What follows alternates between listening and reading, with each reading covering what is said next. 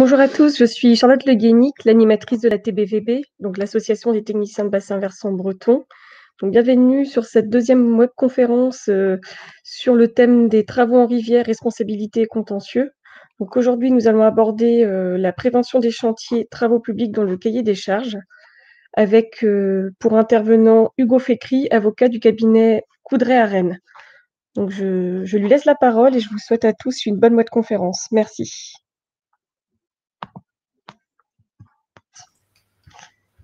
Bonjour à tous.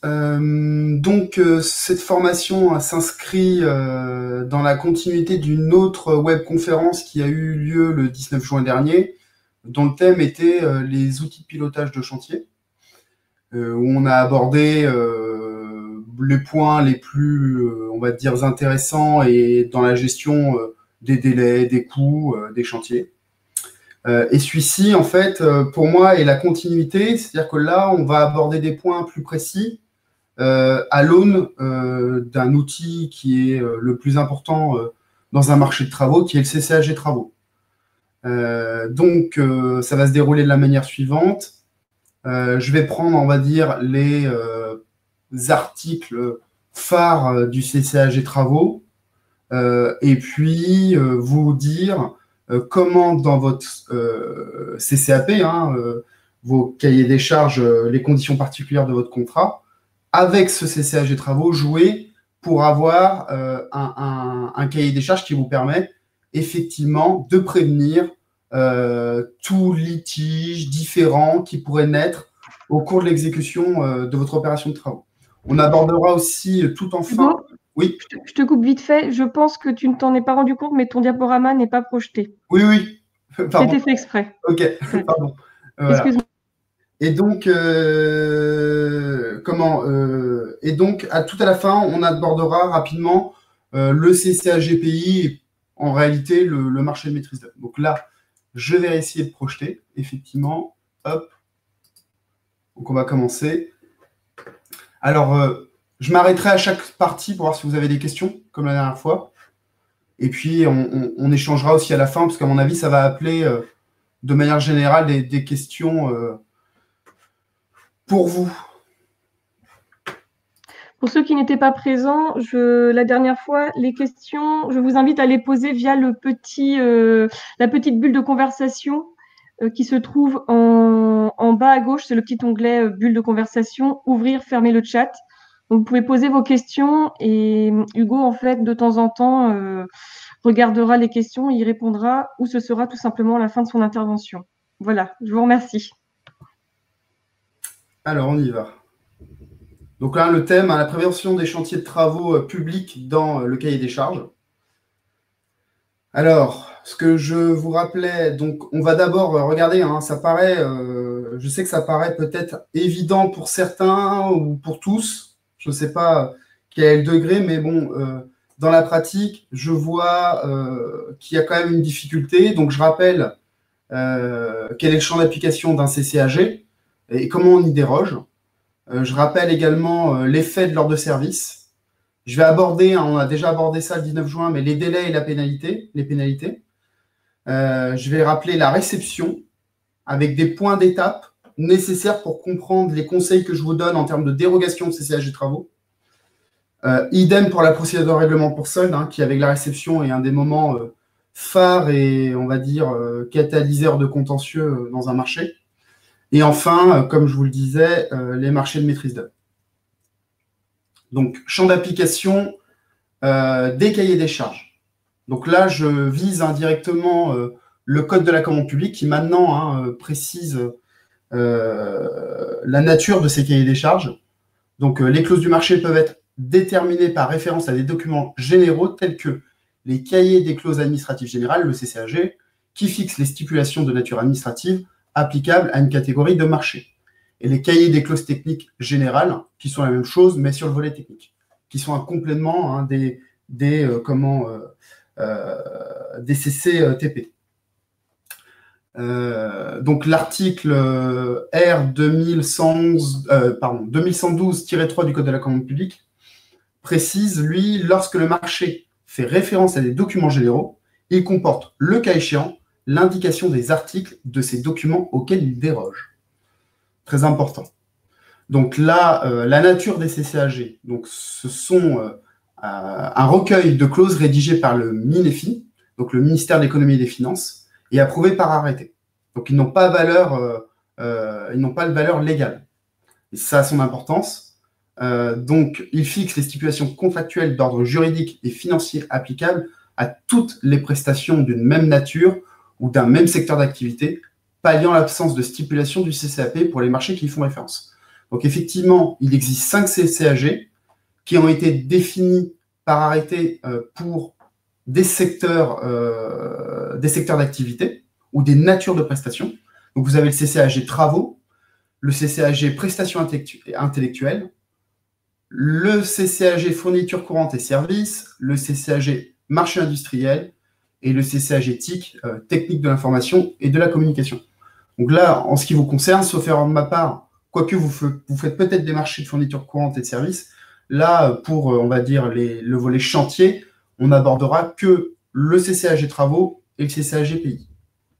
Le CCAG pays qui est applicable au marché de maîtrise d'œuvre. Donc, toujours article 1 du CCAG travaux qui avait rappelé avant tout le monde, avant le code de la commande publique, que pour être applicable, champ d'application du CCAG, il faut que le CCAP se réfère expressément au CCAG. Vous pouvez par exemple vous référer, si vous ne voulez pas appliquer le CCAG de 2009, vous pouvez viser le CCAG travaux de 1976. Et quand bien même il a été abrogé, comme c'est la loi qui fait, c'est le contrat qui fait la loi des parties, si vous visez un CCAG abrogé, il est quand même applicable. C'est la particularité. Ça peut avoir son intérêt. Quand on compare le CCAG travaux 2009, surtout dans sa dernière version, issue de l'arrêté de 2014 et de 2016, et le CCAG travaux 1976, il y a clairement, pas un inversement, mais un rééquilibrage du rapport de force entre les maîtres d'ouvrage publics et les entreprises de travaux. Donc ça peut avoir un intérêt pour un maître d'ouvrage public, s'il n'a pas envie, on va dire, de déroger à l'ensemble des clauses, de directement viser le CCAG travaux de 1976, quoique, voilà, il a un problème, il est un peu archaïque, et il y a des choses qui sont bien dans le CCAG travaux 2009, et c'est dommage de s'en priver. Donc, mon conseil là-dedans, c'est bête, mais n'oubliez pas de viser le CCAG travaux dans le CCAP. Il doit apparaître au sein de l'article pièces du marché. C'est souvent l'article 4 de votre CCAP. Il faut clairement le viser avec un ordre de priorité. En principe, il est sous le CCAP. Comme ça, en cas de contradiction entre les deux, c'est le CCAP qui prévaut. Et là, je vous cite une jurisprudence assez récente de la Cour administrative d'appel de Paris du 12 juin 2018 qui a précisé que quand bien même le CCAP renvoyait à quelques stipulations du CCAG, l'absence d'un renvoi général du CCAP au CCAG ne permet pas de faire application de ces stipulations contractuelles. Voilà. En fait, le juge, il va clairement regarder quelle est la commune intention des parties au moment de la signature du contrat. S'il n'est pas clair, évident que pour les deux parties, le CCAG travaux s'appliquait, il n'est pas applicable. Dans la même lignée, et donc là, je vous donne la position donc stipulation du CCAP, effectivement, qui doit être dérogée, du CCAG qui rappelle qu'à défaut de récapitulation en fin de CCAP, les dérogations ne sont pas applicables. L'ADAGE, qui est la direction des affaires juridiques du MINEFI, considère qu'à défaut de récapitulation, les dérogations ne sont pas applicables. Il y a certaines CA, cours administratifs d'appel, qui précisent également qu'à défaut de récapitulation, les dérogations ne sont pas opposables et que c'est le régime général qui s'applique, c'est-à-dire les clauses du CCAG non modifiées. Donc là, je vous cite plusieurs décisions. Pour autant, il y a une jurisprudence ancienne du Conseil d'État du 31 juillet 1996 qui dit que dès lors que les dérogations sont suffisamment claires et précises, l'absence de récapitulation en fin de CCAP n'est pas prescrite à peine de nullité. Et la Cour administrative d'appel de Marseille a repris ce considérant de principe il y a peu de temps, alors que clairement, il y a d'autres CA, je ne vous ai pas toutes citées, qui, elles, écartent les dérogations. Donc, il y a, on va dire, une hésitation jurisprudentielle.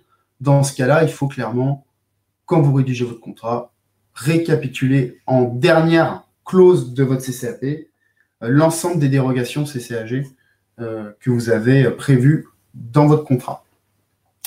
Intéressant aussi, hein, les parties peuvent même décider de déroger au CCAG en cours d'exécution du marché par voie d'avenant. Alors attention, hein, c'est possible sous réserve qu'il n'y ait pas de modification substantielle.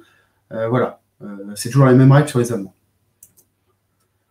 Donc, je vais regarder si vous avez des questions. A priori, vous n'avez pas de questions pour le moment. On va continuer sur l'ordre de service, qui est un acte important de votre marché de travaux. On va faire par 0. Alors, l'ordre de service. Qu'est-ce que prévoit le CCAG Travaux de 2009? Donc, il prévoit que les ordres de service sont écrits, ils sont signés par le maître d'œuvre, datés, numérotés. Le titulaire en accuse réception datée. Alors là, c'est un peu gênant, clairement, le fait qu'au sein du CCAG Travaux, on nous précise que l'ordre de service est un document qui est établi par le maître d'œuvre. C'est quelque chose qui est totalement ancré dans les maîtres d'ouvrage et les maîtres d'œuvre, en principe. Les ordres de service, ce sont des actes signés par le maître d'œuvre, le maître d'ouvrage peut être consulté, mais en tout cas, il n'est pas à l'origine de la décision. C'est très gênant. Pourquoi? Parce que, comme vous le savez, un ordre de service, ça peut avoir des effets très importants, que ça soit en termes de coût de votre marché ou en termes de gestion des délais. En effet, l'article 14 du CCAG de travaux, hein, c'est le mécanisme qu'on appelle des prix nouveaux en cours de marché. Donc, on a une nature de prestation pour laquelle il n'y avait pas de prix prévu au marché, des travaux supplémentaires, hein, je simplifie. Dans ce cadre-là, il y a tout un mécanisme qui se fait par simple ordre de service du maître d'œuvre qui permet au maître d'œuvre de commander et de valider des prix, et s'il n'est pas d'accord avec l'entreprise, de faire des prix nouveaux provisoires. À charge pour l'entreprise de contester l'OS qui fixe les prix nouveaux provisoires dans un délai de 15 jours, et à charge, in fine, soit à l'entreprise d'aller au contentieux si elle ne se met pas d'accord avec le maître d'ouvrage, soit de conclure un avenant s'il y a un consensus qui est trouvé. Mais c'est quand même gênant parce que, quoi qu'il arrive, c'est trop tard. Imaginons un maître d'ouvrage ne veut pas de ces travaux supplémentaires, ou en tout cas considère que ça relève des prestations du marché, ou que ces prestations supplémentaires résultent d'un défaut de conception du maître d'œuvre et que le maître d'œuvre les commande pour pallier sa propre carence. Là, c'est très gênant. Donc, vous verrez mon conseil à la fin là-dessus. Donc là, autre point sur les délais. En principe, une prolongation de délai ne peut résulter que d'un avenant, c'est-à-dire d'une décision du maître d'ouvrage et d'un consensus avec l'entreprise de travaux. Pour autant, il y a plein de cas où on peut faire des modifications de délai par simple ordre de service, c'est-à-dire sur simple décision du maître d'œuvre. Donc, il y a quoi comme cas? Ça regroupe beaucoup de suggestions. Un changement du montant des travaux, une modification de l'importance de cette nature d'ouvrage. Donc, vous voyez, le maître d'œuvre, il commande des OS avec des prix nouveaux provisoires et à côté, il va vous faire des OS ou dans le même OS, prolonger les délais d'exécution. Une substitution d'ouvrages différents aux ouvrages initialement prévus, une rencontre de difficultés imprévues en cours de chantier, un ajournement de travaux décidé par le représentant du pouvoir adjudicateur, un retard dans l'exécution des opérations préliminaires qui sont à la charge du maître d'ouvrage ou de travaux préalables qui font l'objet d'un autre marché. Alors, c'est bien précisé que l'importance de la prolongation ou du report est proposée par le maître d'œuvre après avis du titulaire et décidée par le représentant du pouvoir adjudicateur qui le notifie au titulaire. Pour autant, voilà, on vous dit à l'article 3 que l'ordre de service est signé du maître d'œuvre. Donc là, il y a une contradiction dans le CCAG Travaux en réalité. Donc, notre conseil là-dessus, nous, c'est pour éviter toute difficulté en cours d'exécution, et même si c'est contraignant, parce qu'on perd en réactivité, mais bon, il vaut mieux avoir à la limite un OS dont on peut se prévoir de son irrégularité a posteriori, ou essayer de mettre en place un mécanisme où l'OS peut être contresigné rapidement par le maître d'ouvrage, mais clairement, il faut déroger à l'article 3.8 que j'ai cité en amont, en précisant que les ordres de service ayant un impact, uniquement cela, ayant un impact sur les délais d'exécution et ou le montant du marché doivent être nécessairement contresignés du maître d'ouvrage et non uniquement par le maître d'œuvre. Ça permet d'éviter au maître d'ouvrage de devoir opposer par le titulaire des décisions du maître d'œuvre dans le cadre de réclamation indemnitaire pour allongement des délais d'exécution ou paiement de travaux supplémentaires. Donc, on va aborder les délais et pénalités qu'on avait longuement abordés lors de la dernière formation.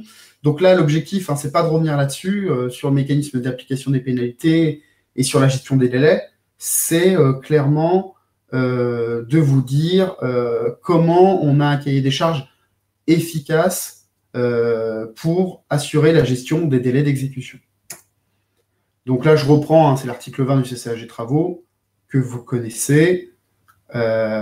Donc, l'importance, c'est le 20.1.3 dans le CCAG Travaux qui vous dit les dispositions des deux alinéas qui précèdent sont applicables aux pénalités éventuellement prévues par les documents particuliers du marché dans le cas de retard dans la réalisation de certains ouvrages, parties d'ouvrages ou ensemble de prestations faisant l'objet de délais partiels ou particuliers ou de dates limites fixées dans le marché. Alors, ça veut dire quoi?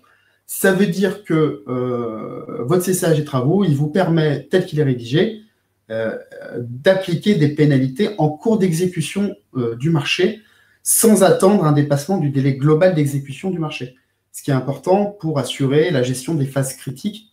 On ne peut pas attendre la fin du marché pour pouvoir, on va dire, sanctionner le retard de délai. Donc, pour que ça soit efficace, vos pénalités, il faut que vous prévoyiez au sein des pièces de votre marché, évidemment, des délais partiels d'exécution. À défaut, vous ne pouvez pas appliquer de pénalité. Donc ça, c'est au sein de votre calendrier d'exécution qu'il faut prévoir ces délais partiels, applicables au par lot, ou des dates limites, voilà. Donc, des délais ou dates limites au titre de la remise de documents essentiels. Effectivement, vous avez des documents nécessaires pour les visas du maître d'œuvre, j'en passe, la sécurité du chantier. Il faut que vous listiez ces documents qui vous semblent essentiels et que vous prévoyez une pénalité en face en cas de retard dans la délivrance de ces éléments. Ça vous permet de marquer, si vous voulez, l'entreprise qui, dès qu'elle dépasse son délai pour délivrer son plan exé, peut potentiellement se voir appliquer des pénalités de retard. Et ça évite votre chantier de déraper.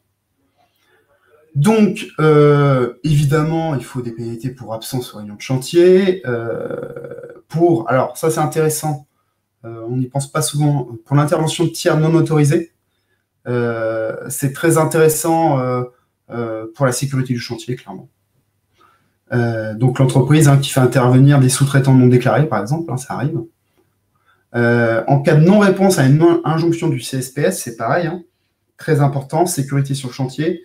Les injonctions du CSPS, il est tout à fait possible de prévoir des pénalités si l'entreprise ne s'y conforme pas.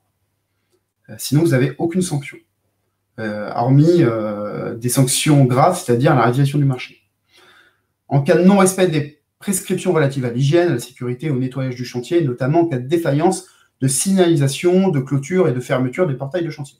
Vous le savez, la plupart du temps, la garde du chantier est donnée à un lot, et effectivement, pour que vous assuriez du respect de ce qui a été prévu au marché en termes de garde de chantier et de sécurité, vous pouvez prévoir des pénalités en cours d'exécution en cas de non-respect.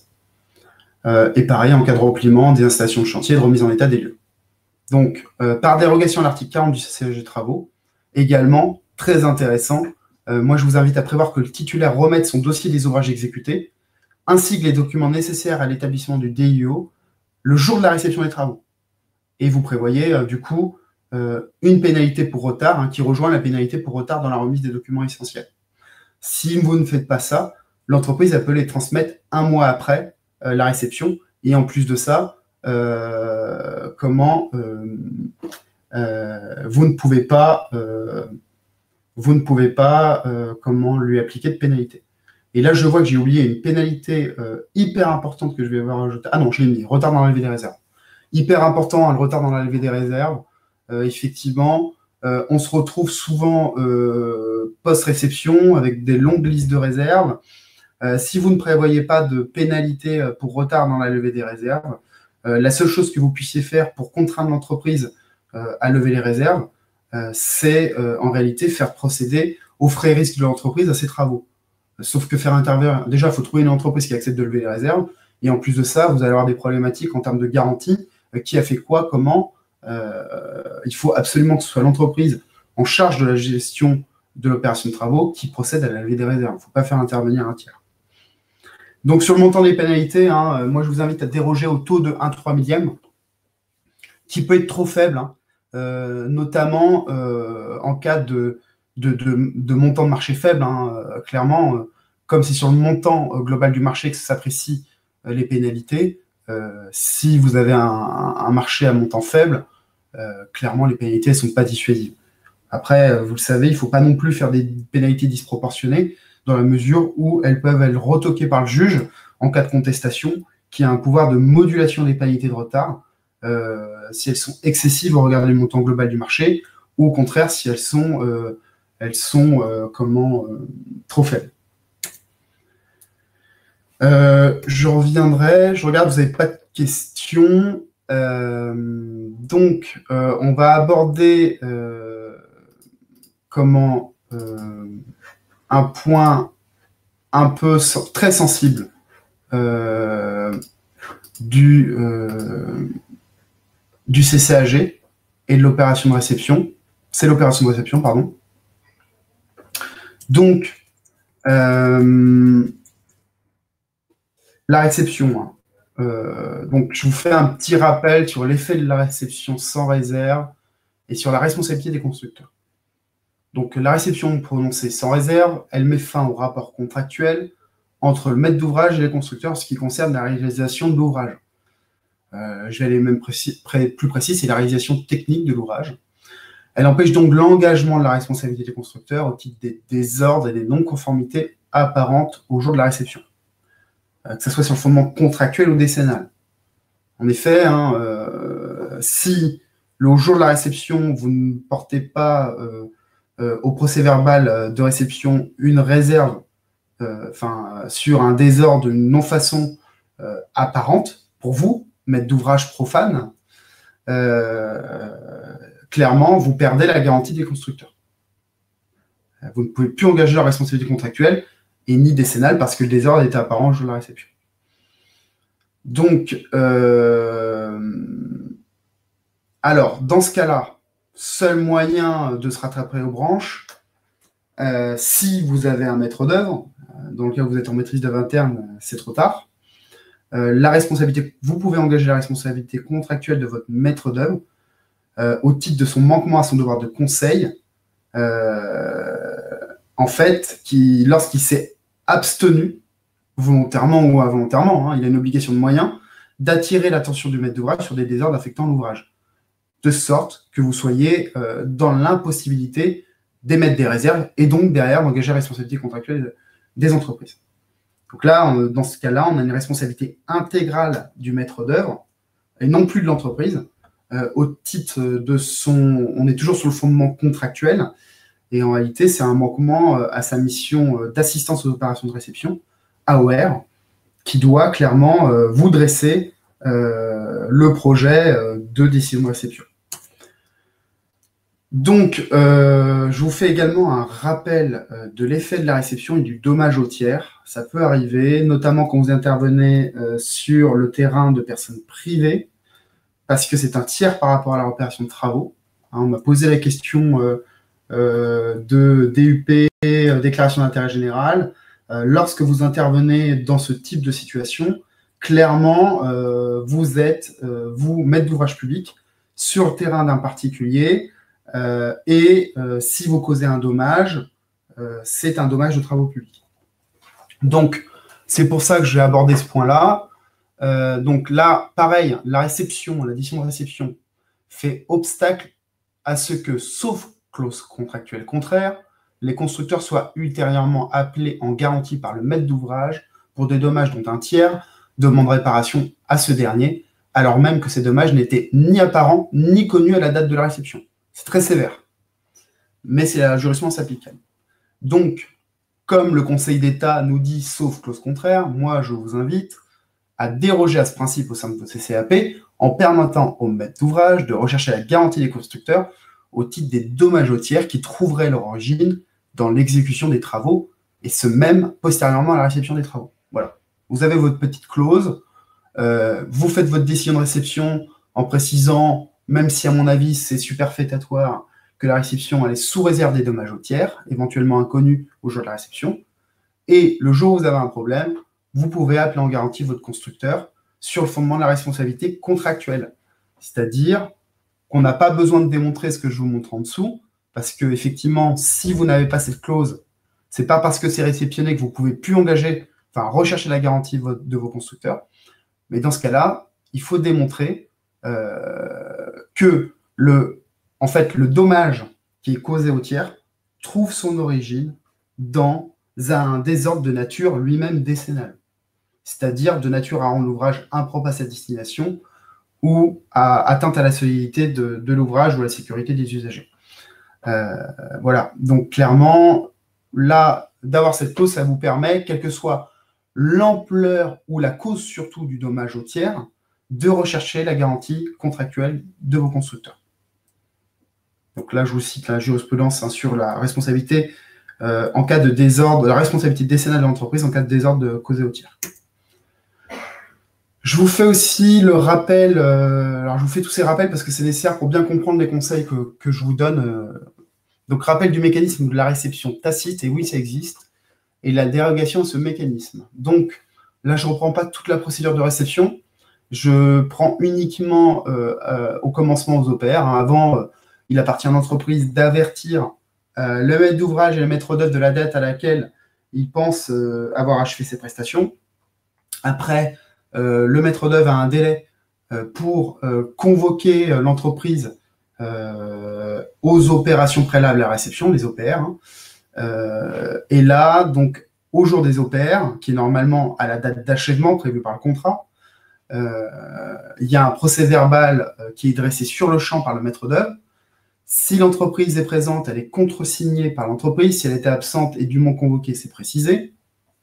Donc, au vu du procès-verbal des OPR et des propositions du maître d'œuvre, donc Exé 4, hein, sur les formulaires Minefi, tout ça, Exé 5, c'est quoi l'Exé 5? C'est un projet, on va dire, de décision de réception où est joint la liste des réserves qui ont été notées lors des opérations préalables à la réception.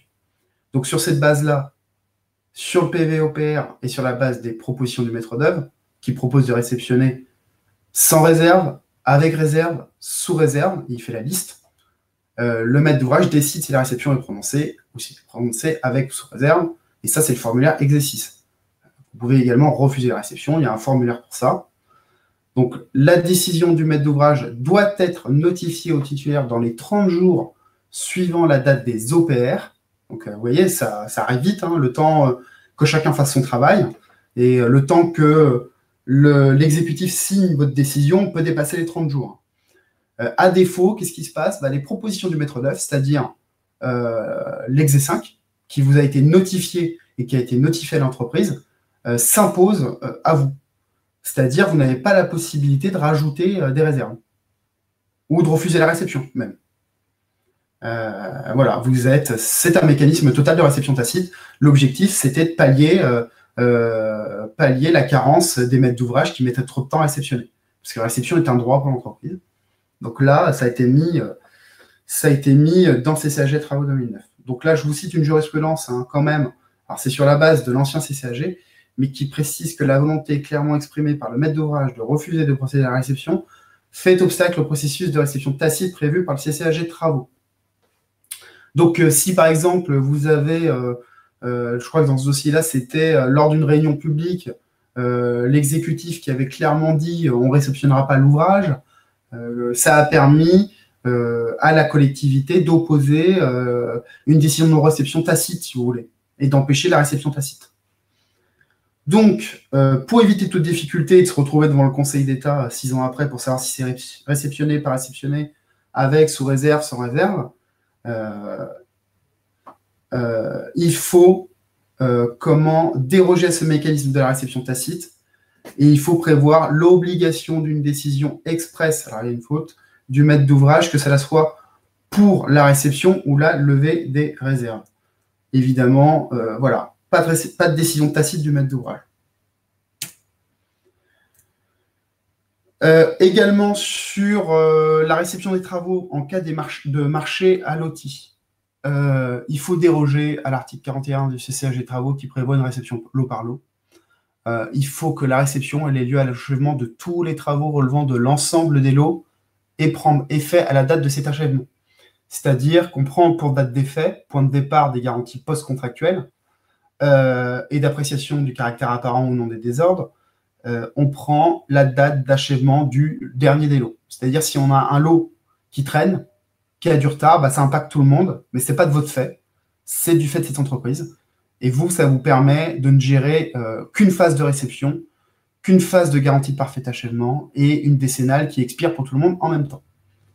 C'est une usine à gaz si vous faites lot par lot. Vous pouvez avoir un lot réceptionné un an avant l'autre. Et voilà, c'est comme ça, clairement, qu'on se prend les pieds dans le tapis et qu'on perd la garantie des constructeurs. Donc, postérieurement à cette action, elle se déroule normalement. C'est-à-dire que simultanément, à compter de l'achèvement du dernier des lots, on déroule comme pour tout le monde, on convoque tout le monde à des OPR uniques. Voilà, ce que je rappelle, permet d'uniformiser la procédure de réception d'opérations de travaux et de faciliter la procédure de réception, le suivi de la levée des réserves et la gestion des garanties post-contractuelles. Alors, petit rappel, je ne sais pas si c'est clair pour vous, mais ça a son importance, la distinction entre réception avec et sous réserve. Pourquoi je vous donne cette distinction? Parce que si on fait une réception avec réserve ou sous réserve, le point de départ d'établissement du projet de décompte final de l'entreprise et donc du lancement de la procédure de paiement pour solde n'est pas le même. Donc la réception sous réserve, c'est quoi? Sous réserve de l'exécution des preuves concluantes. Donc c'est quoi? Ce sont des essais de performance, je simplifie. Si vous prévoyez au sein de votre CCAP ou de CCTP, enfin en réception des essais de performance post-réception, la réception, elle est sous réserve de ces épreuves concluantes, l'atteinte des performances prévues à vos cahiers des charges, et une fois que vous avez ces épreuves concluantes, là, la réception, elle est prononcée. Si les épreuves ne sont pas concluantes, la réception, elle est rapportée jusqu'à ce que ça devienne concluant. C'est-à-dire, vous restez en responsabilité contractuelle, il n'y a pas de réception. C'est assez sécurisant pour des ouvrages, j'imagine pour vous des ouvrages d'art avec des performances définies, c'est très intéressant. Pour l'exécution de travaux de prestation, c'est quoi ça? C'est s'il apparaît que certaines prestations prévues par les documents particuliers du marché ou devant encore donner lieu à règlement n'ont pas encore été exécutées. Donc c'est l'absence de réalisation d'ouvrage. Ce n'est pas une malfaçon. Le maître d'ouvrage peut décider de prononcer la réception sous réserve que le titulaire s'engage à exécuter ses prestations dans un délai qui n'excède pas 3 mois à compter de la réception sous réserve. Le maître d'ouvrage précise la date à laquelle les travaux et prestations non réalisés doivent être exécutés. Donc ça, c'est sous réserve. La réception, elle peut être prononcée également avec réserve. Ça, c'est ce qui est le plus courant. C'est ce qu'on fait habituellement. Au titre de quoi? Au titre d'imperfection et de malfaçon, toujours détaillé en annexe de la décision de réception. Donc c'est lorsque la réception est assortie de réserve, le titulaire doit remédier aux imperfections et malfaçons correspondantes dans le délai fixé par le représentant du pouvoir adjudicateur, c'est-à-dire par le maître d'ouvrage ou l'entité adjudicatrice. Et en l'absence de précision d'un délai, c'est 3 mois avant l'expiration du délai de garantie défini à l'article 44.1 du CCAG travaux, c'est-à-dire la garantie de parfait achèvement. Donc si vous ne mettez pas de délai dans votre décision de réception, l'entreprise elle a jusqu'à 3 mois avant l'expiration de la GPA pour lever les réserves. Vous voyez que c'est un délai qui est beaucoup trop long. Donc il faut prévoir un délai. Et normalement, c'est à votre maître d'œuvre de vous le proposer, ce délai. Donc, au cas où ces travaux ne seraient pas faits dans le délai prescrit, vous avez la possibilité de les faire exécuter aux frais et risques du titulaire après mise en demeure restée infructueuse. Ce que je vous rappelais, ça, c'est très difficile à mettre en œuvre. On est très frileux à le faire. Le mieux, c'est que l'entreprise revienne avec une menace de pénalité de retard. Et il faut aussi la menacer clairement, au-delà des pénalités, de faire ça aux frais et risques. Pour autant, moi, je pense qu'en termes de gestion de votre garantie sur votre ouvrage, ce n'est pas du tout intéressant. Puis aussi, vous allez avoir un surcoût énorme, des frais avancés, vous allez partir de manière certaine dans une procédure de contestation de décompte si vous faites ça. Donc, c'est un nid à contentieux de faire ça. Et puis, c'est une mesure qui peut être jugée disproportionnée pour le maître d'ouvrage, alors que l'application de pénalité, c'est prévu à l'origine, il n'y a pas de problème. Voilà, vous faites votre décompte. C'est l'entreprise, clairement, elle ne laisse pas courir normalement le compteur. Donc, vous pouvez proposer au titulaire du marché de lever la réserve s'il accepte une réfaction de prix également. Si vous considérez que la malfaçon elle est mineure et que finalement vous pouvez en faire votre affaire, vous pouvez faire une réfaction. Alors, comment on estime souvent la question qu'on me pose cette réfaction? J'en ai aucune idée. Souvent, on essaie de déterminer quel est le montant des travaux de mise en conformité, puis on opère un abattement. Ou si c'est un impact sur la durée de vie de l'ouvrage, pareil. En principe, ça, on ne peut le faire que pour des imperfections et non de façon mineure. Parce que normalement, en cas d'imperfection majeure, on considère que l'ouvrage n'est pas achevé et vous devez normalement refuser la réception. Alors, voilà, c'est pareil. Donc, c'est ça, faible importance des imperfections, difficile de présenter la mise en conformité, renoncer à ordonner la réflexion et proposer au titulaire une réflexion des prix, c'est l'article 41.7 du CESAG travaux. Si il accepte ces réfractions, les imperfections qui l'ont motivé se trouvent couvertes de ce fait par la réception et elle est prononcée sans réserve. Dans le cas contraire, le titulaire demeure tenu de réparer ces imperfections, la réception étant prononcée sous réserve de leur réparation. Là, c'est un renvoi à l'autre point qu'on avait vu au-dessus. En application de l'article 4.1.7 du CCAG travaux relatif au marché public de travaux, le titulaire du marché de travaux doit réparer les imperfections pour lesquelles le maître d'ouvrage lui avait proposé une réfaction de prix. S'il a refusé, là, on bascule en réception sous réserve. C'est-à-dire que du coup, il n'y a pas de réception. Donc, qu'est-ce qu'il y a encore comme réception avec réserve? Vous pouvez réserver le non-repliement des installations de chantier. Voilà. Vous pouvez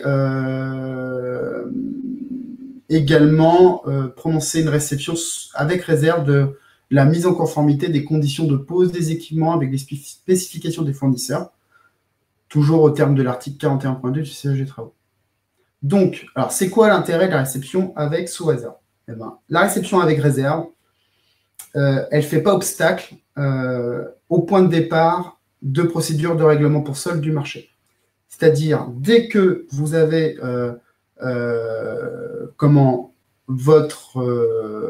vos OPR qui commencent à courir et votre décision de réception qui intervient, votre exercice, l'entreprise, elle peut établir et notifier son projet de décompte final au maître d'œuvre.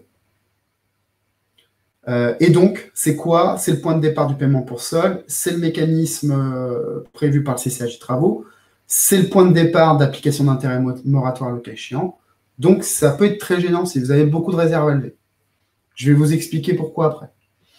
Alors que la réception sous réserve, là, l'article 41.5 du CSG travaux avec un autre article, clairement vous permet de retarder le point de départ d'établissement du projet de décompte final de l'entreprise. Qu'est-ce que nous dit l'article 41.5 S'il apparaît que certaines prestations prévues par les documents particuliers du marché et devant encore dans le règlement n'ont pas été exécutées, le maître de l'ouvrage peut décider de prononcer la réception sous réserve que les titulaires s'engagent à exécuter ces prestations dans un délai de 1 an. La constatation de l'exécution de ces prestations doit donner lieu à un procès-verbal dressé dans les mêmes conditions que le procès-verbal des opérations préalables à la réception prévue à l'article 41.2 du CCAG travaux. Alors, ça veut dire quoi? Ça veut dire que avec une réception sous réserve, vous avez le PVOPR.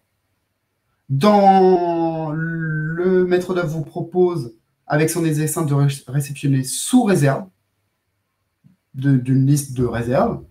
Et vous, dans votre exercice, vous dites sous réserve de remédier dans un délai qui doit être inférieur à 3 mois de ces imperfections, pas d'imperfections, pardon, par exemple, des épreuves ou de non-façon. Là-dessus, une fois que les réserves sont levées, vous refaites des OPR, en fait. C'est-à-dire que vous ne prenez pas un procès verbal de lever des réserves, vous refaites l'opération de réception. il y a de nouveau les opérations préalables à la réception, il y a de nouveau un exé 5, une proposition de réception, et il y a de nouveau une réception qui peut être le cas échéant, cette fois-ci, avec réserve. Et là, c'est le point de départ, vous voyez, dans ce cadre, seul un procès-verbal de levée de réserve des travaux à réaliser, établi selon les mêmes conditions que le procès-verbal des opérations à la réception, c'est-à-dire contradictoirement avec signature du titulaire, vos points de départ de l'émission du projet de décompte final. C'est l'article 13.3.2 du CCAG des travaux qui dit « Toutefois, s'il est fait application des dispositions de l'article 41.5 précédemment cité, la date du procès-verbal constatant l'exécution des travaux visés à cet article est substituée à la date de notification de la décision de réception des travaux comme point de départ des délais ci-dessus. » Notre conseil, c'est quoi? Parce que, clairement, de la réception sous réserve, il n'y en a pas tant que ça. Donc, c'est d'étendre le mécanisme de la réception sous réserve à la réception avec réserve, c'est-à-dire aux imperfections, malfaçons mineures.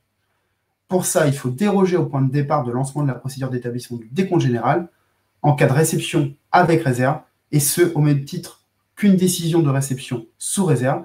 La décision, cette fois-ci, le procès-verbal de levée des réserves, signé par le maître d'ouvrage, valant point de départ de l'émission du projet de décompte final du titulaire.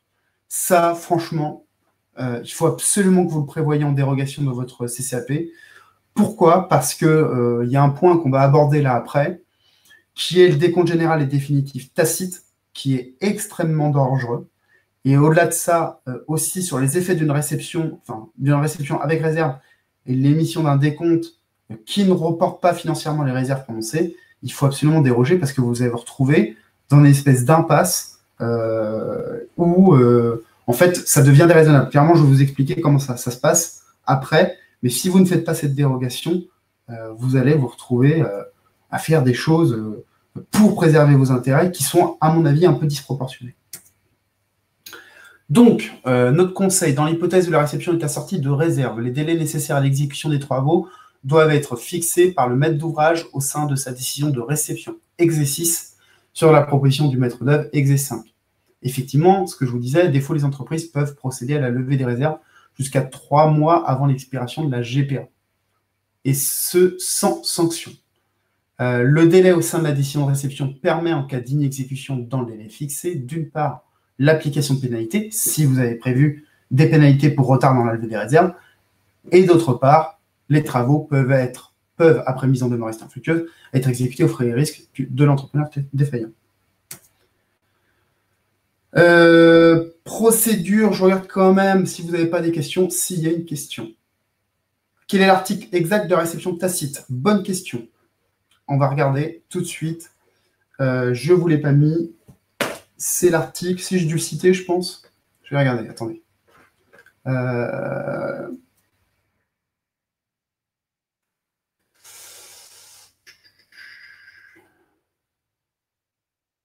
ne vous l'ai pas mis. Alors, l'article de la réception tacite, c'est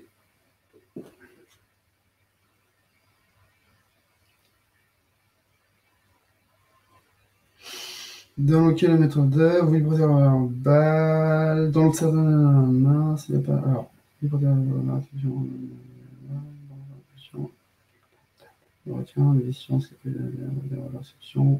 Voilà, c'est ça.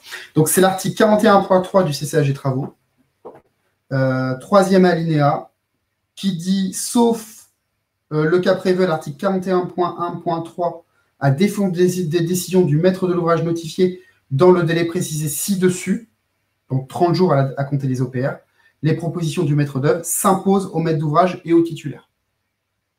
Donc voilà. Je vous l'écris, c'est 41.3 du CCAG des travaux.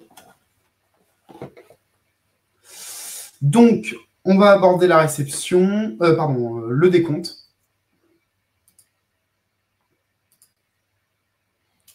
Je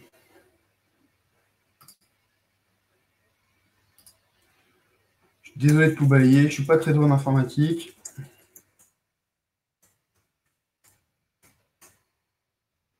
Procédure de règlement pour solde. Alors là, franchement, usine à gaz, même pour nous qui la pratiquons régulièrement. Donc, je vous rappelle l'effet du décompte général et définitif. L'effet du décompte général, après la réception, il y a un second palier. La réception, c'est la fin des relations contractuelles en ce qui concerne la réalisation technique de l'ouvrage. Et là, il y a le second palier où là, derrière, il n'y a plus de relations contractuelles, sauf certaines mesures à prendre, qui empêchent la recherche de la responsabilité contractuelle des entreprises. Donc, c'est quoi donc, c'est l'ensemble des opérations auxquelles donne lieu l'exécution d'un marché de travaux publics, y compris dans un compte dont aucun élément ne peut être isolé et dont seul le solde arrêté lors de l'établissement du décompte général et définitif détermine les droits et obligations définitifs des parties.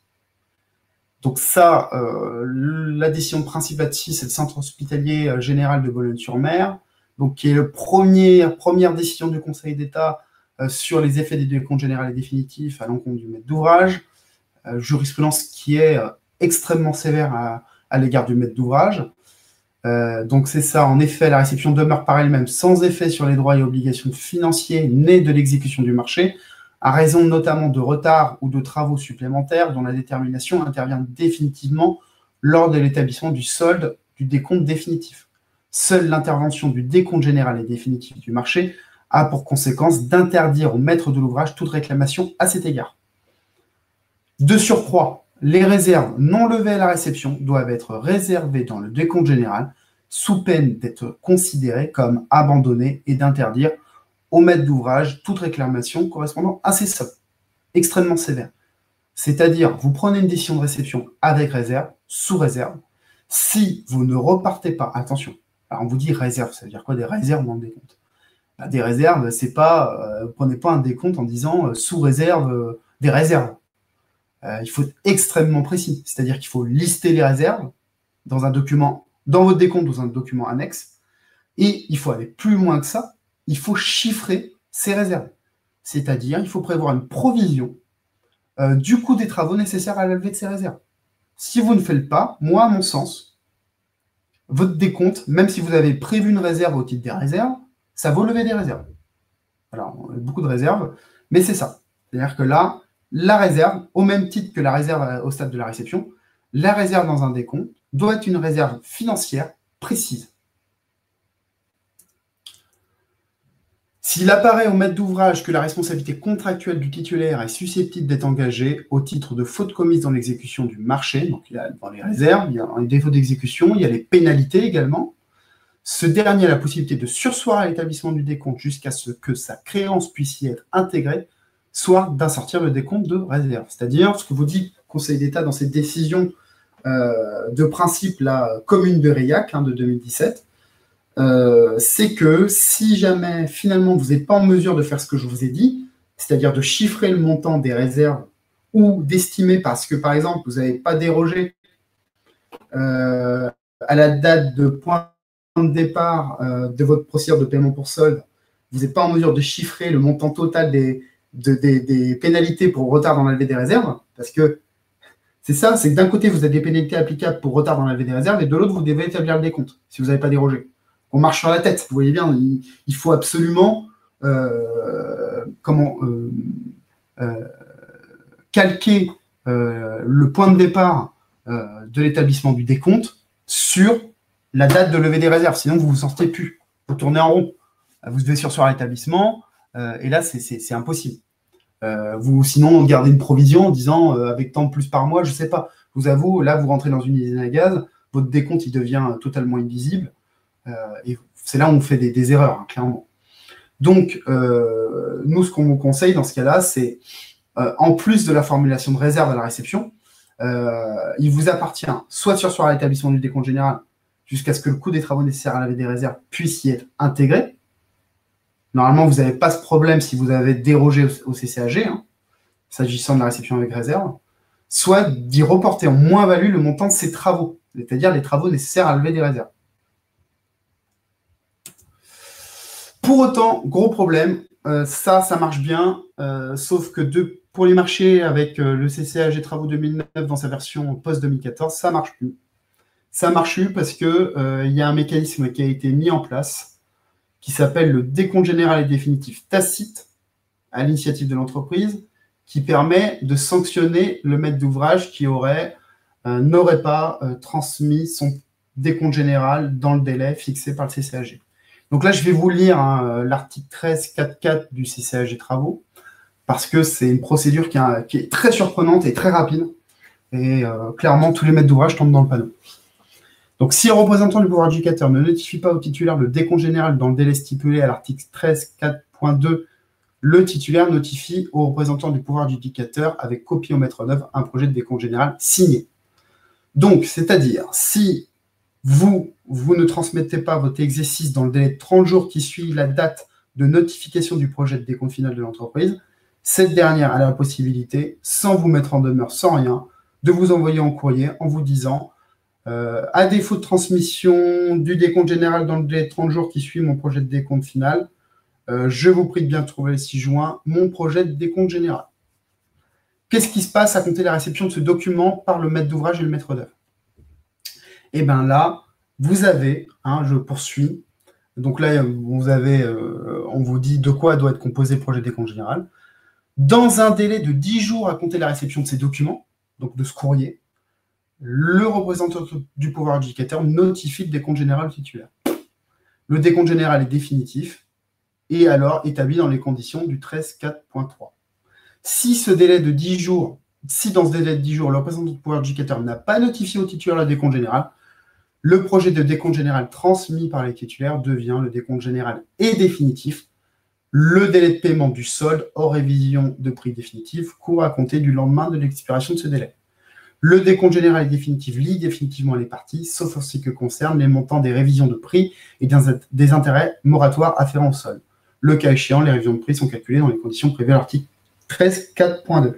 Ça veut dire quoi? Ça veut dire que si dans le délai de 10 jours qui suit la notification du projet de décompte général de l'entreprise, vous ne notifiez pas le décompte général, le projet de décompte général envoyé par l'entreprise devient définitif.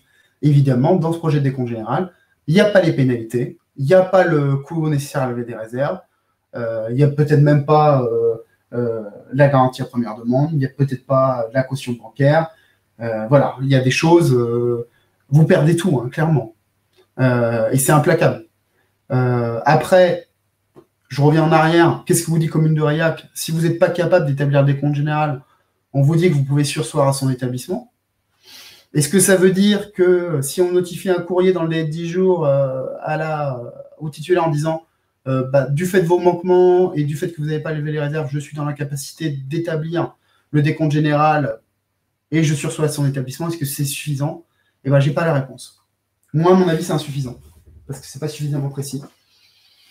Il vaut mieux, tant pis pour l'entreprise, si elle veut jouer à ça, lui notifier dans le délai de 10 jours un décompte général avec des moins-values monumentales, des provisions pour retard dans la levée des réserves des pénalités, des provisions pour travaux restant à réaliser pour la levée des réserves. Et là, vous vous retrouvez avec un décompte général, avec un solde négatif. Voilà. Mais vous avez 10 jours pour le réaliser, et je vous dis, c'est chaud à faire. Parce que si votre décompte général n'est pas régulier en la forme, eh ben, je pense que le projet de décompte général que vous envoyez à l'entreprise, il devient définitif. Bien sûr, le DGD tacite a les mêmes effets que le décompte général et définitif qui aurait été établi par le maître d'ouvrage. Ça, c'est une décision très récente du 25 janvier 2019. Donc, notre conseil, c'est quoi? Pour éviter tout problème, le décompte général et définitif, ce n'est pas d'ordre public. Ben, il faut déroger à la possibilité pour le titulaire d'obtenir un DGD tacite, au même titre que la réception tacite, le décompte général et définitif ne pouvant résulter qu'une décision expresse du maître d'ouvrage. Là, vous n'avez plus de problème. Donc, je vais regarder si vous avez des questions. Alors, non, puis on a une bonne question de Jordan, là. Donc, du coup, si l'entreprise ne donne pas les plans de récolement, donc les DO dans un délai de 30 jours, par exemple, effectivement, ça, c'est votre CCAG travaux qui prévoit qu'à compter de la réception, elle a un délai de 30 jours pour transmettre les DOE. La réception tacite s'impose et les réserves sont levées par défaut. Bah, super question. On a un client, gros maître d'ouvrage parisien, qui vient de nous poser la question. Et ben, je vous avoue que, à mon sens, malheureusement, si vous n'avez pas, si votre maître d'œuvre ou si vous n'avez pas prévu une réserve au titre de la transmission des plans de récolement, c'est-à-dire des dossiers d'ouvrage exécutés, et quand bien même c'est prévu par votre contrat, il faut faire une réserve. C'est un risque. C'est-à-dire que, premièrement, si vous n'avez pas prévu de pénalité, vous ne pouvez plus lui demander la transmission. Si vous n'avez pas prévu de pénalité pour retard dans les réserves, vous n'avez pas de sanction. Et là, vous n'avez plus de moyens d'obtenir ces DOE. Pour tout vous dire, pour cette entreprise, pas une entreprise, mais ce gros maître d'ouvrage, on a fait un référé mesure utile pour pouvoir obtenir les DOE. C'est-à-dire qu'on a demandé au juge de prononcer une injonction sous astreinte à cette entreprise d'envoyer ses dossiers d'ouvrage exécutés. On a eu de la chance, en face, ils n'ont pas vu l'absence de réserve. Mais clairement, il nous aura mis ça constitue une contestation sérieuse. Est-ce que oui ou non, ces documents sont dus au titre du contrat, à défaut de réserve? Et là, à mon avis, il y a que le juge du fond, au bout de 2 ans, qui nous aurait permis d'avoir les DOE. Parce que l'entreprise, en réalité, ils les avaient pas réalisés, ils ne voulaient pas les transmettre. Il y avait des problématiques d'études acoustiques également. Donc clairement, si vous avez un exé 5 d'un maître d'œuvre qui vous est notifié et il n'y a pas de réserve sur la transmission des DOE, le risque, c'est effectivement qu'il y ait une décision de réception tacite avec une absence de DOE à vous transmettre. Oui, exactement, il faut mettre des pénalités pour anticiper la non-transmission. Ça vous permet en plus, à la limite, si vous n'avez pas fait de réserve, de quand même appliquer les pénalités. Parce que c'est prévu par votre contrat. Au même titre, voilà, clairement, vous dites, vous devez transmettre sous 1 mois, selon l'article, j'ai oublié, 41.7, je crois, du CCAG Travaux, vos DOE dans un délai d'1 mois après la réception. Ça n'a pas à être réservé. Dans ces cas-là, on peut le prétendre. Et dès que les 1 mois sont dépassés, vous appliquez des pénalités pour retard. Et encore mieux, vous dérogez, vous prévoyez que le DOE il doit être transmis au jour de la réception et vous appliquez des pénalités dès le jour de la réception s'il n'y a pas de DOE. Voilà.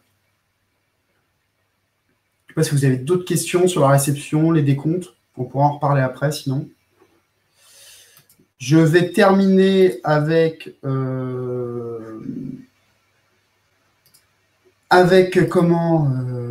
les CCAGPI, ça va être très très rapide. Je sais qu'il y aurait plus de questions là-dessus.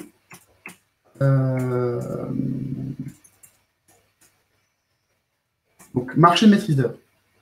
On applique en principe le CCAGPI, prestation intellectuelle. Alors, je vais hyper vite là-dessus. Qu'est-ce qu'il faut prévoir? Le CCAGPI, il n'est pas très adapté aux opérations de travaux. Pourquoi? Parce qu'en réalité, il est calqué sur le fourniture courante et services, qu'on parle de livraison, qu'on parle voilà, c'est pas très adapté. Certes, c'est une prestation intellectuelle, la maîtrise d'œuvre, mais c'est un constructeur. Et donc, je trouve que le CCAGPI, il est mal rédigé très généralement. Mais voilà, c'est comme ça, il n'y en a pas d'autre pour le moment. Je ne sais pas si ça va changer. Vous savez, il y a une réforme des CCAG en cours. Donc peut-être qu'on aura quelque chose de plus performant. Alors, voilà, il y a 4 points. Pour avoir un CCAP de maîtrise d'œuvre un peu efficace, il faut prévoir dans vos CCAP des délais pour la validation des documents d'exécution essentiels, notamment le visa. L'entreprise transmet son plan exé pour visa, ses études, ses calculs. Il faut qu'à compter de la notification de l'étude, le maître d'œuvre, il a un délai pour les valider, un délai raisonnable, à fixer en fonction de la nature de l'opération. Idem, très, très intéressant, il faut prévoir un délai pour la validation des projets de décompte mensuels des entreprises, ainsi que du projet de décompte final. Et des pénalités en cas de retard dans la validation de ces documents. Alors, c'est quoi vous savez, si vous tardez à payer les entreprises, même en cours d'exécution, vous avez des intérêts moratoires assez importants qui sont de droit. C'est même pas à votre CCAG de le prévoir, ni à votre CCAP. Dans ces cas-là, pour vous couvrir, il faut marquer votre maître d'œuvre et lui prévoir lui-même des pénalités qui, le cas échéant, vous permettraient de couvrir les intérêts moratoires que vous seriez amené à verser à l'entreprise du fait de ce retard. C'est ça l'objectif. Et notamment sur le projet de décompte final. Indispensable. Alors, c'est des clauses qui sont un peu compliquées à rédiger, je trouve. Mais bon, ça vaut le coup. Vous devez également prévoir l'établissement d'un décompte général par le maître d'ouvrage dans le cadre des marchés de maîtrise d'œuvre. Pourquoi? La décision de 2017 commune de Reilhac, elle ne dit pas seulement que le maître d'ouvrage doit surseoir à l'établissement du décompte ou mettre des réserves. Elle dit, parce que c'était un litige avec un marché de maîtrise d'œuvre, elle dit qu'il n'y a pas de décompte général prévu dans le CCAGPI et que donc le simple paiement pour solde sur la base de la facture finale du maître d'œuvre équivaut à un décompte général et définitif. Voilà, vous n'avez même pas un document, vous n'avez même pas la possibilité de faire des réserves. Le simple fait de solder votre marché de maîtrise d'œuvre, il a un décompte général et définitif. C'est fini. Vous ne pouvez plus venir le chercher, que ce soit au titre de ses manquements au cours de l'exécution des travaux, que ce soit au titre de ses manquements à sa mission direction de l'exécution des travaux et de validation des décomptes mensuels et d'établissement du compte général. Et vous ne pouvez plus venir chercher au titre de ses manquements sur sa mission AOR s'il n'a pas réservé les désordres, s'il a manqué, il a été défaillant dans le suivi de la GPA. Donc, il faut prévoir un décompte général. Comme ça, vous avez la main. Et si, comme il n'y a pas de décompte général et définitif tacite dans le CCAGPI, vous avez la main, vous pouvez surseoir à l'établissement. Il est obligé de saisir le juge, de vous mettre en demeure et de saisir le juge pour avoir un décompte. Sauf que là, reconventionnellement, on peut venir demander, nous, nos propres préjudices, et clairement, il n'a aucun intérêt à le faire. Donc, vous devez également prévoir un délai de saisine du tribunal administratif après réclamation post-décompte général, comme au sein de l'article 50 du CCAG Travaux. En effet, à défaut, seule la déchéance quadriennale des créances publiques serait opposable au titulaire. C'est-à-dire, je reprends la procédure de règlement des différends du CCAG Travaux, uniquement post-décompte. Vous le savez, si s'il veut contester et faire une réclamation contre votre décompte général, et sous réserve qu'il ait déjà formulé et fait ses demandes au sein de son projet de décompte final, sinon il est tenu par son projet de décompte final, l'entreprise doit, dans un délai de 30 jours qui suit la notification du décompte général, vous notifier un mémoire en réclamation. À compter de la notification de ce mémoire en réclamation, vous avez 30 jours pour dire si vous êtes d'accord, pas d'accord. Et si vous ne dites rien, il y a une décision expresse de rejet du mémoire en réclamation qui naît et qui fait partir un délai de 6 mois sous peine de forclusion pour saisir le JUTA ou le CIRA, Comité consultatif de règlement amiable des différends, ou le médiateur également.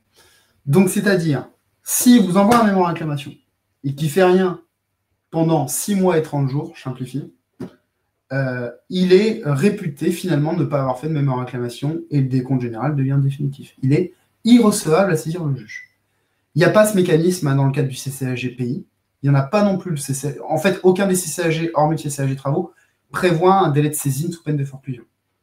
Donc, si vous ne voulez pas attendre 4 ans et presque 5 ans, parce que c'est ça le délai de prescription quadriennale, avec une épée de Damoclès au-dessus de votre tête qui peut être interrompue en plus par l'envoi de simple courrier recommandé, vous mettant en demeure de payer ce qui vous estime dû, il faut prévoir un délai sous peine de forclusion post-décompte.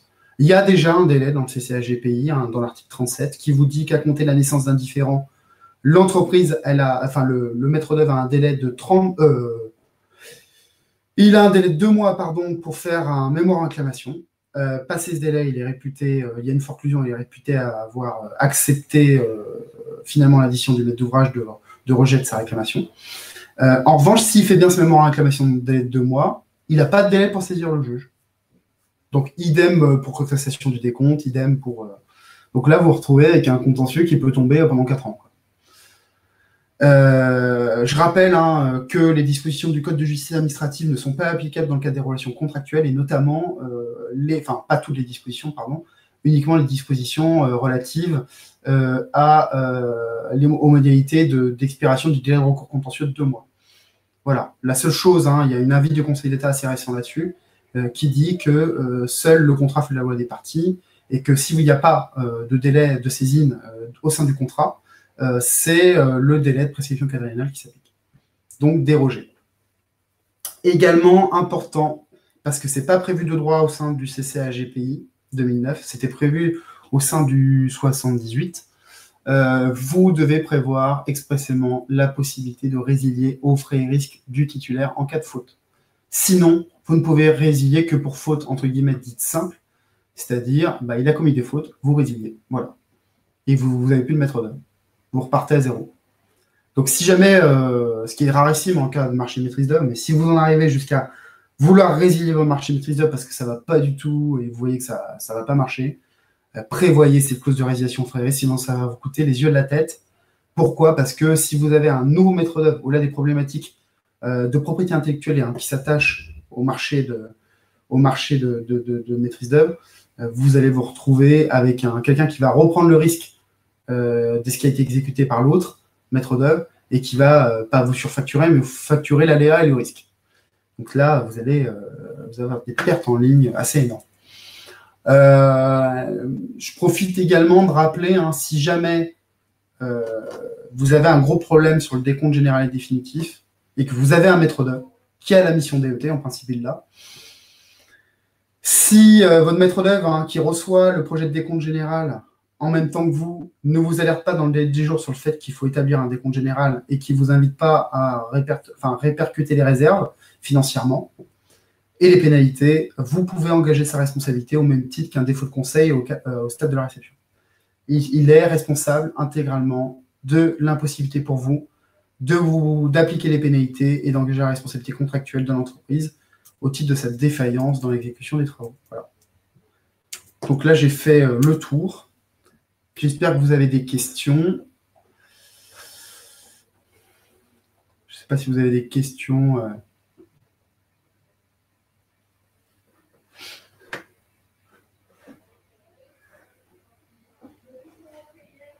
Si vous avez des questions, vous pouvez aussi désactiver votre micro. C'est plus simple. Ouais. Et par contre, juste après la prise de parole, il faudra désactiver le micro pour pas qu'il y ait d'interférence. Mais n'hésitez pas.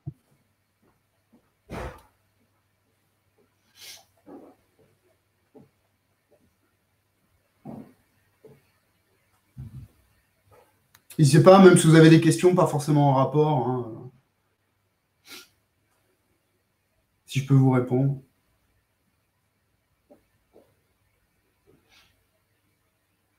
Visiblement, il n'y a pas de questions. J'ai été extrêmement clair.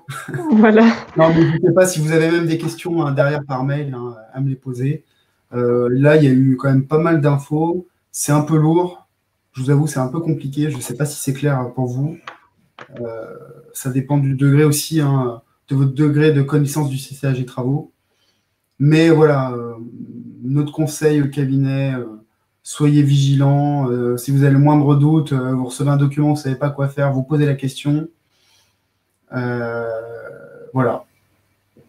Bonjour. Oui. Une petite question. C'est Camix, c'est les Lot Média.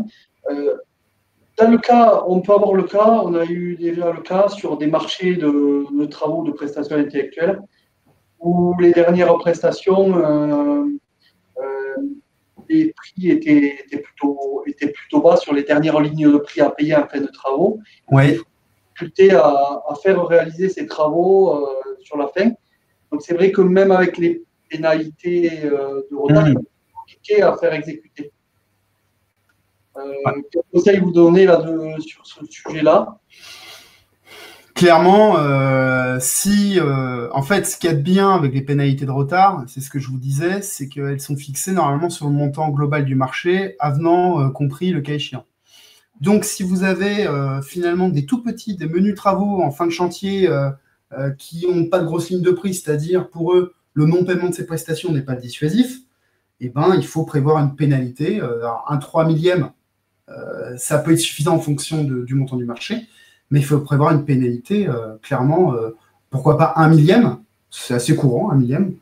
Je sais qu'un millième, en fonction du montant global et puis du retard qui est appliqué, c'est dissuasif. Une entreprise, je vous avoue, même un 3 millième sur un montant de marché important, c'est énorme pour une entreprise. En plus, elle ne récupère pas sa revenue de garantie, elle n'est pas payée de l'intégralité. Normalement, c'est censé être dissuasif. Après, notre conseil, si elle s'acharne à ne pas vouloir le faire, c'est de faire de l'exécution aux frais et risques. Pas forcément une résiliation aux frais et risques, mais d'utiliser la mesure coercitive qui est la poursuite de l'exécution des travaux aux frais et risques.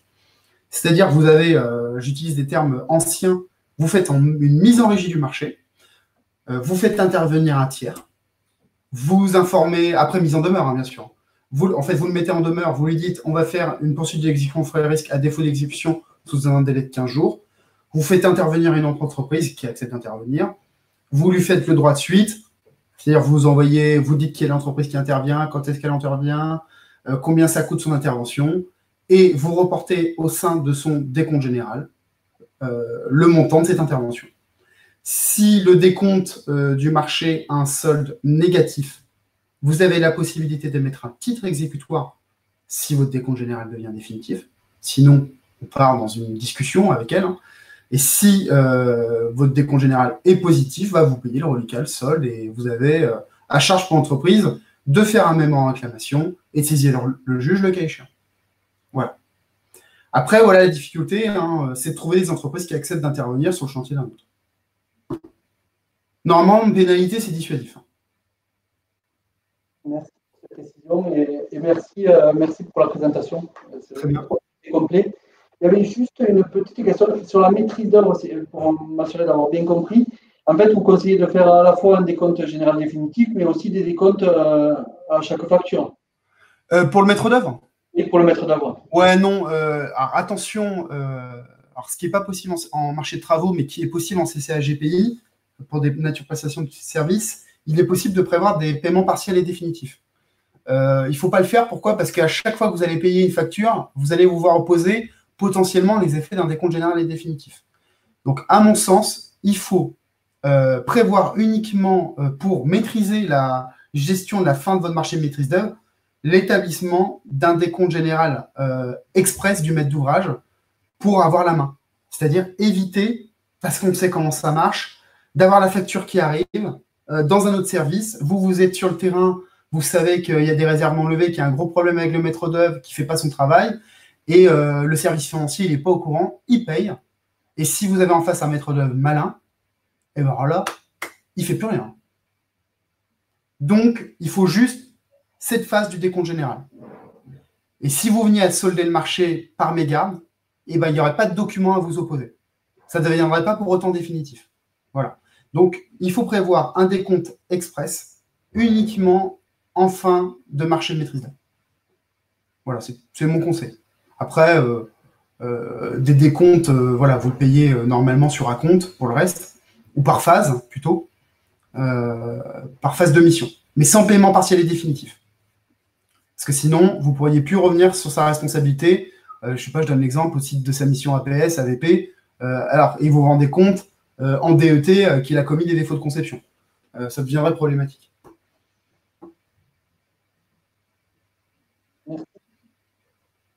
Ah, Jordan. Alors, je n'ai pas de micro. J'ai un maître d'œuvre qui a obtenu un marché récent avec un calendrier d'exécution qui commence à l'attribution. Ok, toutefois, il a déjà du retard à cause du Covid. Ok. Et n'est pas en mesure de respecter le calendrier d'exécution pour lequel il a pour autant répondu. Or, on a prévu un affermissement d'une tranche en novembre, et du coup, ça va décaler, car il sera hors délai. Mis à part des pénalités, que peut-on faire pour adapter le délai et éviter un avenant sur le marché? Donc, là, vous avez un maître d'œuvre qui vous dit Covid. Alors, c'est toujours le problème avec le Covid, enfin la Covid, c'est que si c'est vraiment imputable à la crise sanitaire, on ne peut même pas le sanctionner. Bon, après, c'est un prétexte, hein, normalement. Si votre marché il a été notifié postérieurement au confinement, en principe, ce n'est pas applicable. Et puis, les mesures transitoires étaient applicables jusqu'à fin juillet, donc là, normalement, on est tranquille. Qu'est-ce qu'on peut faire? Si vous n'avez pas de pénalité, vous avez des pénalités, alors j'espère qu'elles ne sont pas dérisoires, vous ne pouvez pas faire grand-chose, c'est ça qui est gênant, quoi. Il ne faut pas avenanter, hein, ça c'est sûr. Il ne faut pas avenanter, parce que du coup, ça viendrait entériner le dérapage. En revanche, il faut le menacer de la prise en charge pour lui de tous les préjudices que vous viendrez à supporter du fait de son retard. Assez clairement. Il faut lui dire, écoutez, vous ne respectez pas vos délais. Au-delà du fait que je puisse résilier votre marché pour faute, peut-être offrir risque si votre CCAP le prévoit, je vous préviens que vous supporterez tous les conséquences dommageables de votre retard. Voilà, au-delà des pénalités. En début de chantier, c'est un peu gênant, hein, je vous avoue. Hein. Mais bon, il faut le marquer. C'est ça qui est gênant. Un maître d'œuvre, vous ne pouvez pas faire grand-chose, hein, parce que si vous le lâchez, vous repartez à zéro. Hein. Ça vaut le coup souvent de traîner un mauvais maître d'œuvre. Je ne sais pas s'il y a des maîtres d'œuvre qui nous entendent, mais que de le résilier. Et de l'appuyer, en fait, de le marquer que de résilier. Voilà. En revanche, clairement, pas d'avenant, je vous le dis.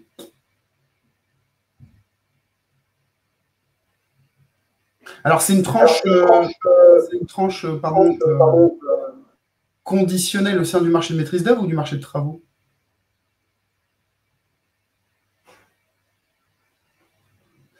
D'accord. Donc, vous savez que vous avez la possibilité, hein, au sein de votre CCAGPI, de résilier sans indemnité en fin de phase votre marché. C'est très intéressant. Donc, vous pouvez lui dire que s'il ne fait pas bien le boulot, pour la tranche conditionnelle, ça ne sera pas lui. Parce qu'il y a un manquement. Voilà. Si on peut faire venir qu'en janvier, ça se passe comment?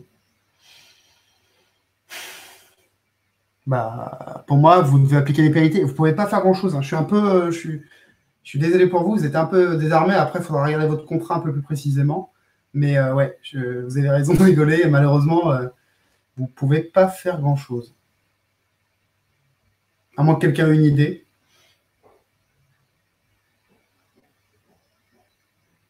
En tout cas, il faut bien marquer les choses pour pas que ça se retourne contre vous avec les entreprises de travaux. C'est bien de dire que le retard dans l'affermissement de la tranche est dû à la défaillance du maître d'œuvre. D'où l'intérêt d'écrire par courrier recommandé. Voilà, c'est tout ce que je peux vous dire. Prévenir la réclamation des entreprises. Vous savez, en région Haute-Normandie dit que c'est la fin du guichet unique. Si votre maître d'œuvre il est défaillant, les entreprises ne peuvent pas venir directement vous voir vous mettre d'ouvrage. Il leur appartient d'engager la responsabilité quasi délictuelle du maître d'œuvre qui aura été défaillant. Voilà, s'il y a un allongement de délai du fait de sa défaillance.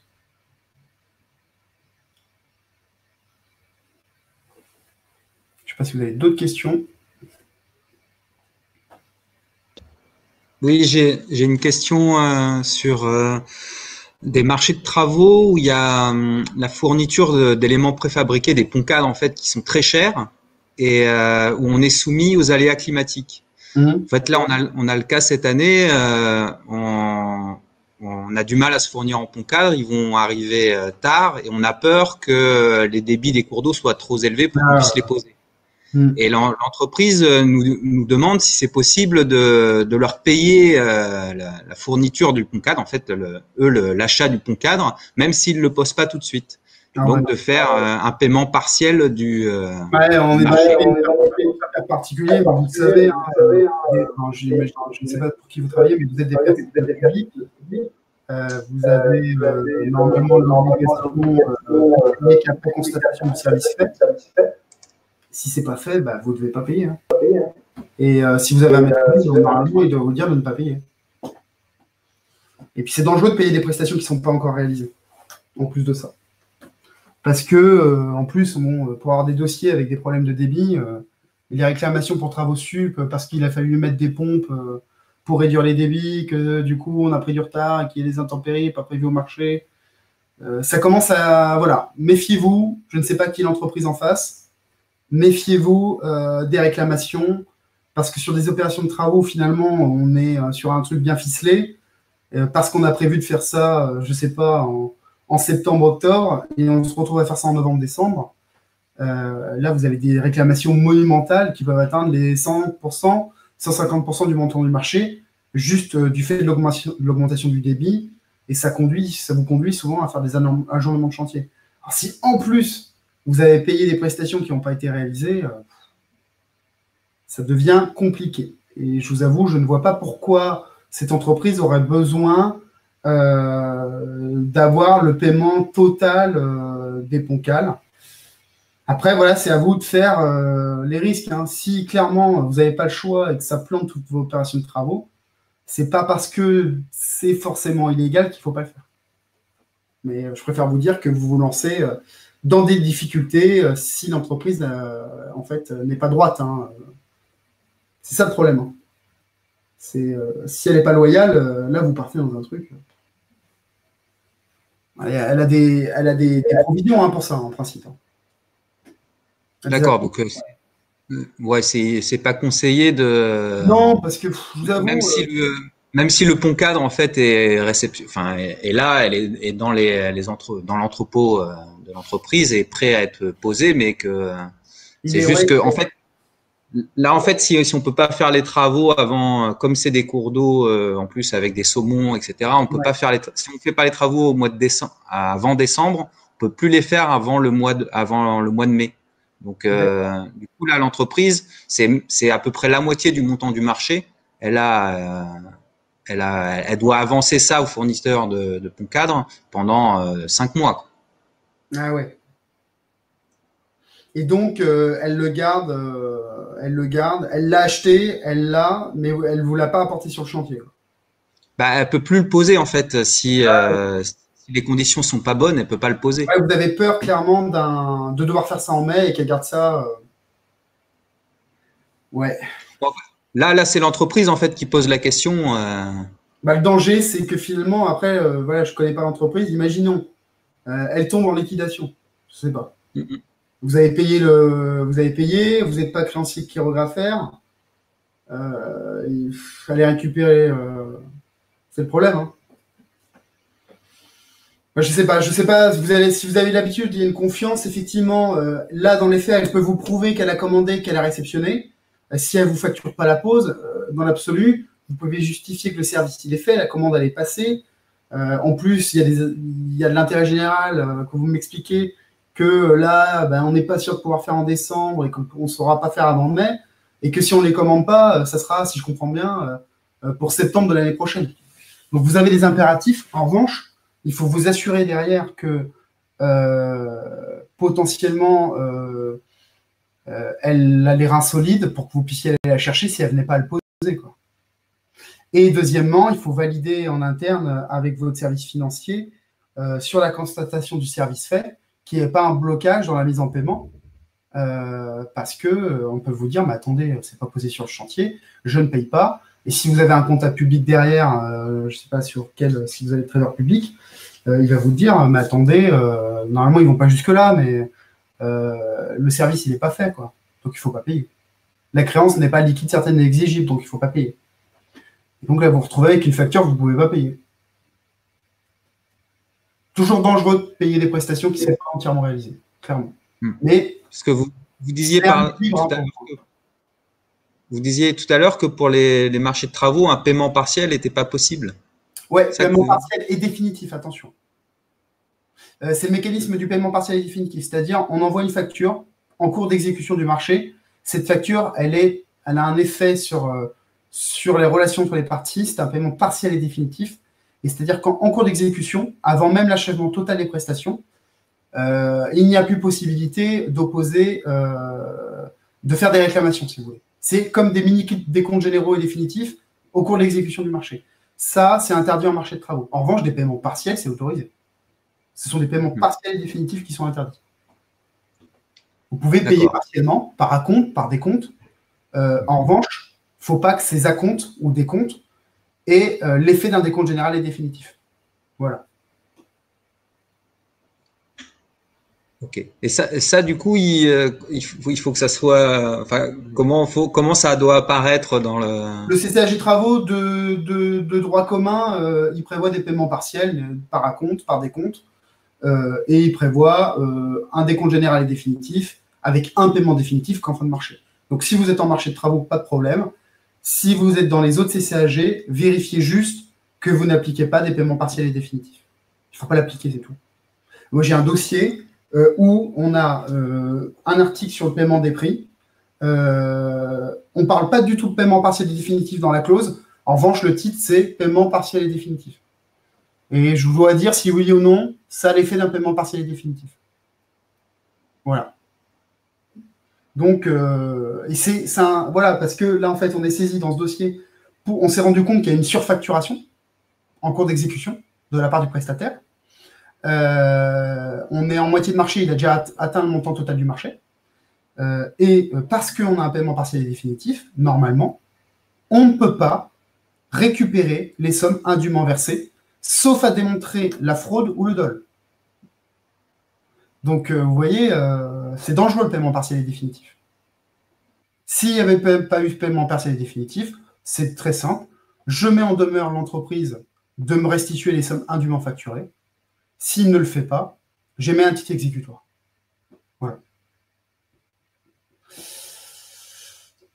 J'ai vu, il y avait d'autres questions. Que peut-on prévoir dans le CCAP comme clause claire pour report des délais en cas de débit trop important? Ah ouais, les clauses d'intempéries. Bah, c'est ça en fait, c'est au stade des clauses d'intempéries. Il faut que vous prévoyez... c'est dangereux de le prévoir en fait. Parce qu'en principe, vous avez des délais prévus déjà d'origine.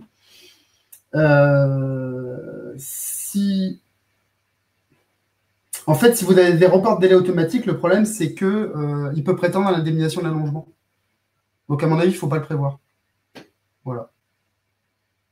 Je sais que c'est un peu dur pour les entreprises. En revanche, si vous décalez l'intervention, ce n'est pas la même chose. Mais si dans le délai initialement prévu, finalement, il pleut plus que prévu, c'est à lui d'aller sur le terrain de la suggestion prévue. Vous n'avez pas à allonger les délais. Voilà. Sauf à démontrer qu'il y avait un gros bug dans votre CCAP, votre marché, et dans les données d'entrée, en précisant que ce que vous avez prévu comme débit est complètement contradictoire avec la moyenne constatée sur place. Voilà. Donc là, il y a une autre question. Bonjour, nous n'avons pas eu ce cas l'an dernier. Le fournisseur n'a pas pu livrer dans les temps. Les travaux ont été reportés de 6 mois, puis Covid. L'entreprise ne nous a pas demandé d'avance sur le paiement du pont et nous aurions accepté car il connaissait les contraintes de pause et a prévenu son fournisseur. Après, fournisseur. Ah oui, c'est sur la réponse à donner, d'accord. Ok. Donc, sur la question qui vient d'être posée, retour d'expérience, intéressant, ouais. Je ne sais pas si vous avez d'autres questions. Je peux repréciser des choses aussi, si je n'ai pas été suffisamment clair.